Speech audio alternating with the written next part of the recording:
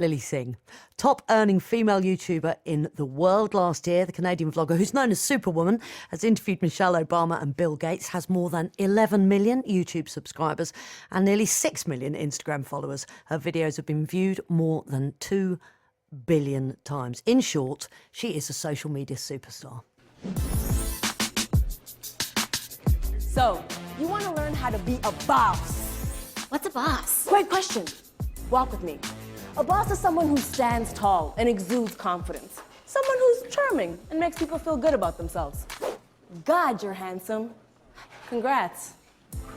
Someone who gets hurt efficiently and learns from their mistakes. Hey, that recent investment you made isn't doing so well. We just lost a lot of money.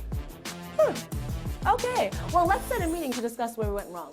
And make sure there's a pie chart. There's always gotta be a pie chart. Always got to be a pie chart. It's 21 minutes to 2. Now, having already produced a film, an app, a lipstick, a charity bracelet, several records, and a world tour, she's turned her hand to writing, and her debut book, How to Be a Bawse. Bawse, The Guide to Conquering Life, is out now. Not B-O-S-S, B-A-W-S-E. That is the next level of boss. Bawse. Lilly, hello. Hi. Hey, Lilly, good to talk to you. This is kind of full circle. When was the first time I interviewed? How many years ago was it? That was a long time ago. A really, really long, like 4 years ago, maybe? 4 years. Maybe you only had like 700 million views or something like that. Like it was like You flatter me. Stop it. Way back at the beginning of what you were doing. Let's start with Bawse. Sure. Okay, because you clearly are a Bawse.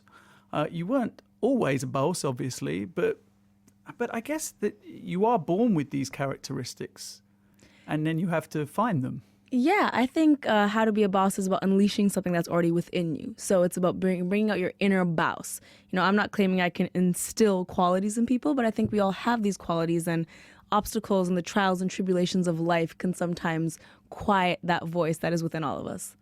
And when did you discover that you could be a Bawse? Because YouTube was a way of, I guess, instilling in you a sense of self-confidence, right? Yeah, I think I started making YouTube videos because, to be blunt, I was sad. I was a sad person that lost her creative spark, and that was reborn with YouTube and the ability to be creative according to whatever I wanted to say. And once I got comfortable with YouTube, I reached a point in my career where I was just really happy with everything I accomplished and the places I've traveled and the people I've worked with. And I thought, I need to extract lessons from all of these amazing experiences and put them in writing so people can also get value out of them. What is it, though, that brings you back your confidence after feeling terrible like that? And is it something that everybody can tune into? Because not everybody can be as phenomenally successful as you are, which I'm sure helps you feel confident. I would like to believe I became confident before I became successful. Okay. And that's a key ingredient to success. It's truly, truly embracing every part of yourself, which is very easy to talk about, but difficult to do. The key to being confident, in my opinion, is to truly, truly love yourself unapologetically. That's the hardest thing I've ever had to do, learn how to do. And once I did that, I started to see my success grow. What, warts and all, problems and all, faults and all? Yeah, faults and all. I think, a part of my show and my book tour, I specifically say, if you have stretch marks, own it. If you have acne, own it. If you have love handles, own it. Whatever it is about you that you feel is a reason for you to not be confident, everyone has them. And we just have to work extra hard to learn to own them. I guess those are sort of physical things, but what if there's a part of your personality that you don't like? If you think to yourself, gosh, I'm too short-tempered, or I'm a bit jealous, or how that's slightly more difficult to own. I'm glad you brought that up, because those things actually can impact us even more than physicalities. Because I felt the same way. I'm so stubborn, and I know this about myself.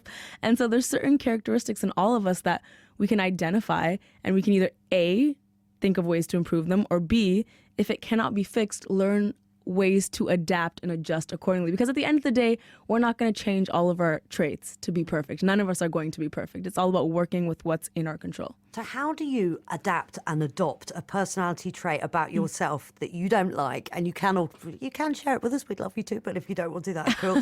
and how do you make that a positive? Yeah, I'll give you an example from my life. I'm notoriously known for always wanting to be right. If you speak to anyone, specifically my parents, from when I'm younger, they'll always say, Lily's so stubborn and she always wants to be right. I write about this in my book as well. once I identified that that was in fact true, because obviously previous to that, I was like, what do you mean? I don't always want to be right. And trust me, I know, because I'm always right. Once I actually identified that that was a problem, I just had to change my thinking. I actually started to write down every time I would feel the need to be right. And I worked on myself like a project until I identified that, hey, this is just a conversation where people are different and there doesn't have to be a right and wrong. And I would literally work on myself like a homework assignment to try to improve my way of thinking. There is an issue with, of course, YouTube and Instagram in that some of the people that are very popular on it project what they want the world to see about them and then give unrealistic aspirations to a lot of vulnerable young people. And that's something that you're concerned about as well, right?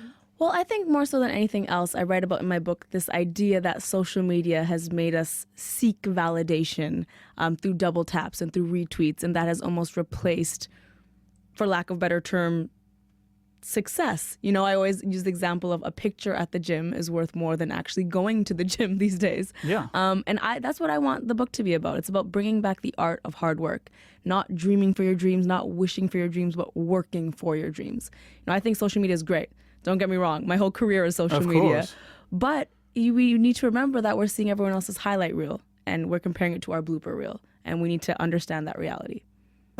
When did you begin to realize the kind of universality of what you were saying? Because initially, a lot of what you were saying, or certainly the scenarios you were in, were very relevant to your kind of Punjabi, Sikh, Canadian background and very focused on that. And that's where your core fan base came from, wasn't it? A lot of young Asian girls really was able to relate to you. Right. I think it came pretty quickly after I started to gain some traction on YouTube. Because what I realized was, and this is actually a beautiful realization, was when I made videos called, you know, my Indian parents this or Indian girls that, I would get a lot of comments that were like, well, my Japanese parents are exactly the same way. And my Jamaican parents are exactly the same way. And it was this beautiful discovery that the themes I'm talking about are actually quite universal. Whether or not the parents I'm portraying have an accent and are Indian, it's irrelevant to the fact that the concepts are so universal to everybody. And it's kind of special that we can all relate to each other in that way. And it's been a really well-organized, it seems, journey to where you are now. Oh, I'm glad I fooled you. Yeah, That's wonderful. Yeah. But of course, your work rate is extraordinary. I mean, you're vlogging daily, aren't you? Yes. Multiple times each day. So how do you find that much to be interested about, even in yourself, right? That's the thing. You know what it is? People always ask me, how do you vlog every day and how do you make 2 scripted comedy videos a week? One, I really love what I do. Like, I have the best job in the world, I'm truly convinced. And B, I'm being myself. You know, I'm not putting on this facade every single day for my vlogs, pretending to be someone. I'm truly being my authentic self. And if people can gain something from that, then that's wonderful. You've met some pretty incredible people. I have. As part of your YouTube series. Not Number least, one being Nihal, by the way. Well, Yo! Oh, you see, that's going to be like Thank his, you, Lily. his Thank you. ringtone, Thank whatever you. else Yeah, from now on. I'm going to get that tattooed on me. Michelle Obama might just pip that, but I don't know. That's a matter of opinion. Let's just hear a bit of that video now. What up, everyone? It's your girl, Superwoman. I'm at Howard University, and guess who I'm with? I mean, you think you're ready, but you're not ready. You know who I'm with? You're the First Lady of the United States herself, Michelle Obama. Thank you so much for being on my channel. How are you? I am great. I'm excited. I'm a huge advocate for education, as you are. With my campaign of Girl Love, I believe that girls around the world should all have access to education. Absolutely. And I know with your program, Reach Higher, you believe that kids should go beyond getting the high school diploma and get their college degree. Absolutely. Yeah. You know, we're encouraging kids to take control of their educational future. Getting an education beyond high school is essential to be competitive in this globalizing economy. Accessible education. I love it. I'm all about that. Proud of the work that you're doing as well. Thank you. Wow. You're somebody who sounds excited for a living, but even there, you sounded beyond excited. I was pretty cool. Oh, I mean, won't she's lie. the boss of bosses, right? I know, 100%. She said she's proud of the work I'm doing. Come on. I'm getting that tattooed on me. What was it like, though, working with her?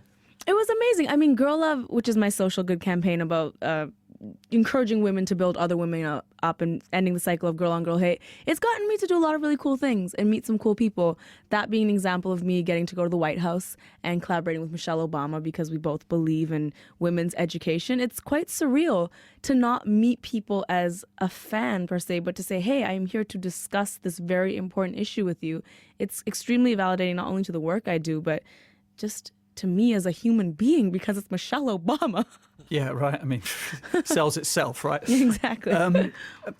People who are not particularly au fait with the world of YouTubers and see the numbers, etc., there was a degree of snobbery amongst people who just didn't understand it and didn't get it. So for those people who are not in that world, what service do you think you provide for all of those millions of people who subscribe to you online?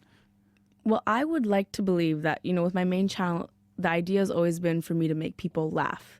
My comedy is uplifting and it's positive, which means it's never at the expense of any particular person because it's at the expense of everyone. Possibly your parents once in a while. Possibly. Yeah. Me dressed up as my parents, Yeah. which, by the way, my parents are nothing like those characters. I have to say that before I get in trouble. There must have been a few embarrassing weddings when people came up and said, are you really like that at some nice Sikh wedding somewhere in Toronto? Exactly. Yeah. Well, to be fair, when people meet my real parents, they think they're much hotter now. So I've set the bar so low that I've done them a favor. In fact, Okay, I just want to nice. put that out. But I think I produce and create uplifting comedy, which if you've had a long day and you want to get your mind off things, you watch my channel. And not only is it comedy, I'd like to call it a new type of comedy that's almost motivational. A good example is the book tour I'm on right now.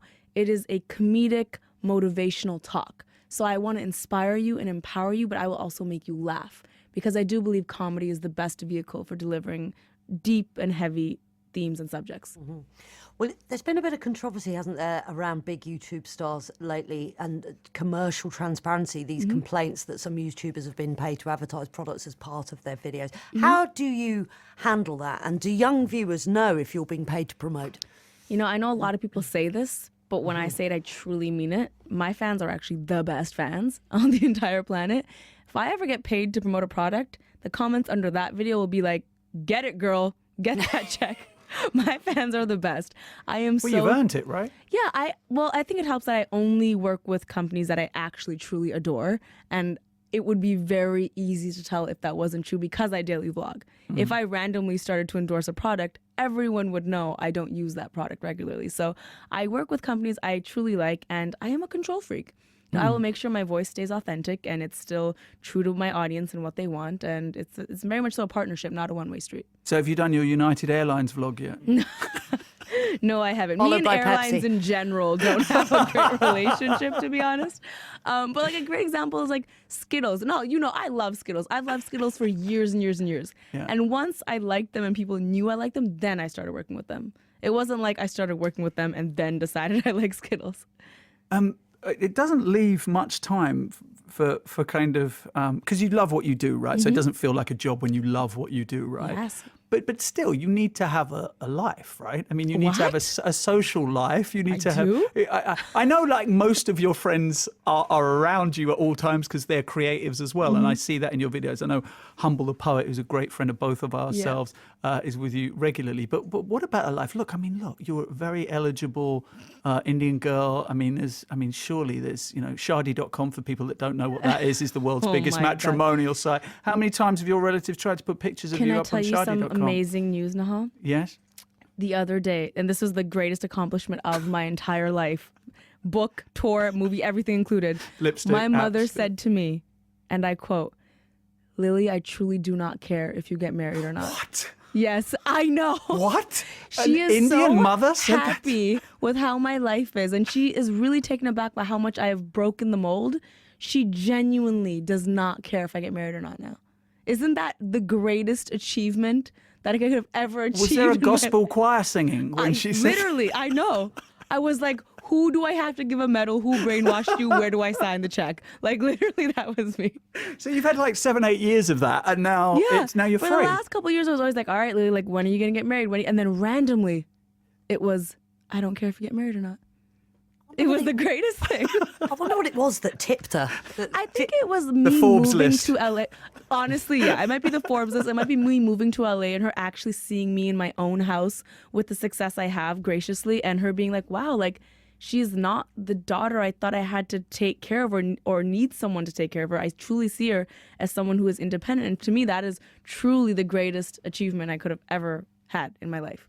And that's, I mean, the independence to be able to make your own decisions that money gives. How is it living in LA? Because Toronto and LA couldn't be more different in terms of attitude.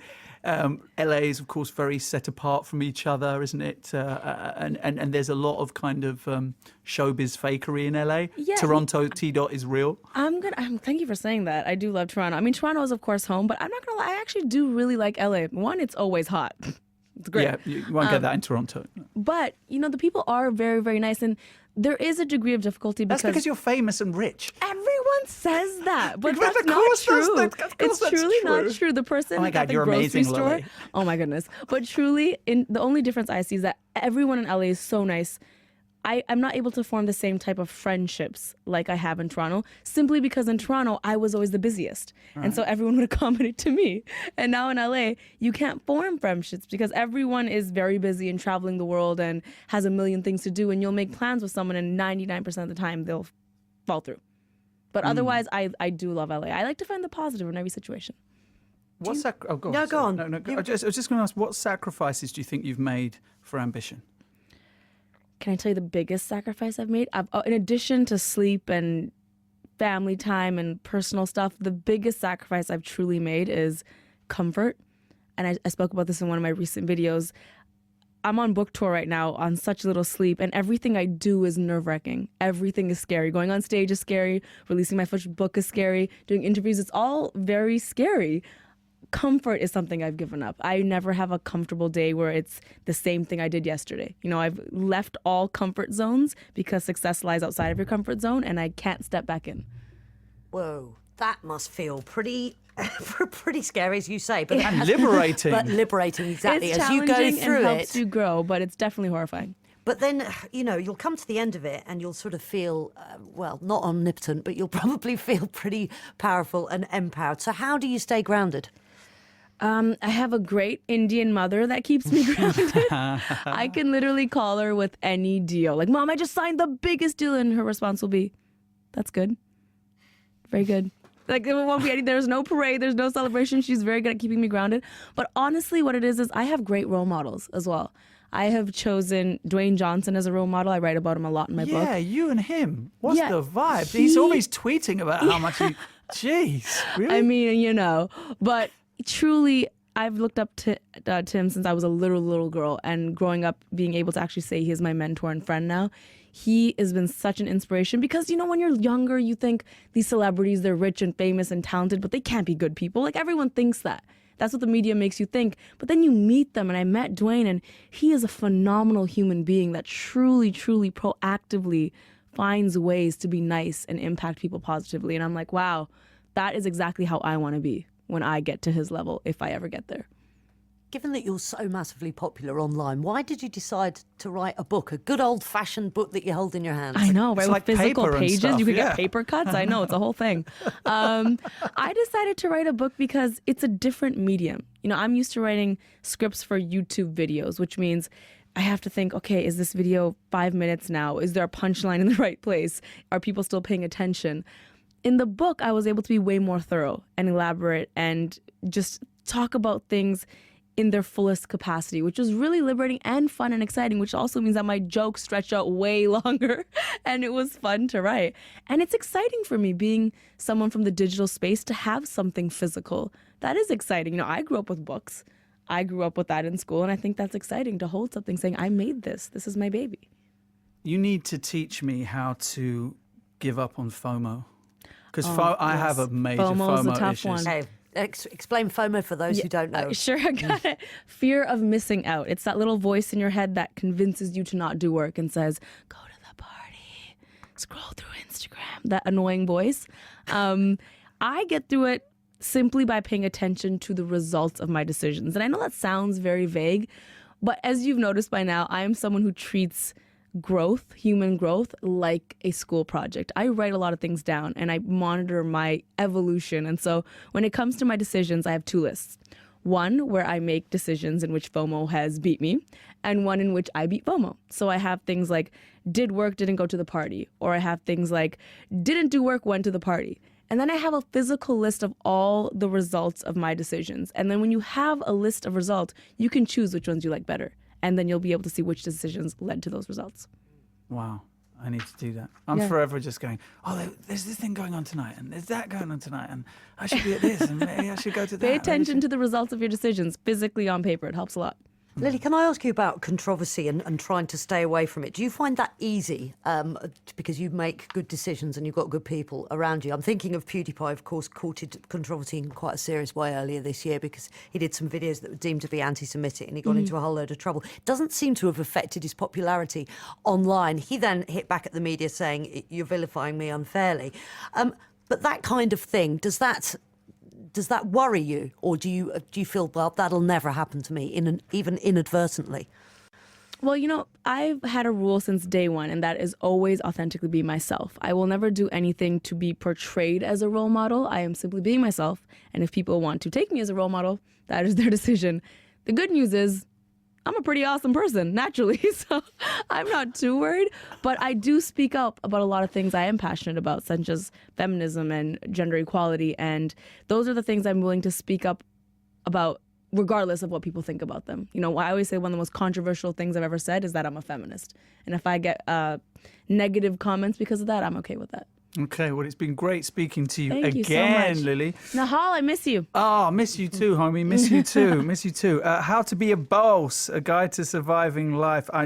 Cross out Surviving, Conquering Life by Lilly Singh is out now. See you soon, Lily. Bye. Good Take to care. talk to you. Thank you so much. You're listening to a BBC 5 Live podcast. If you like this, you might also like this. Kermode and Mayo's film review. If you don't know your app from your elbow, boom tish, here all week, tip your waitress. To find out more about our range of podcasts, click, tap or swipe bbc.co.uk/5live.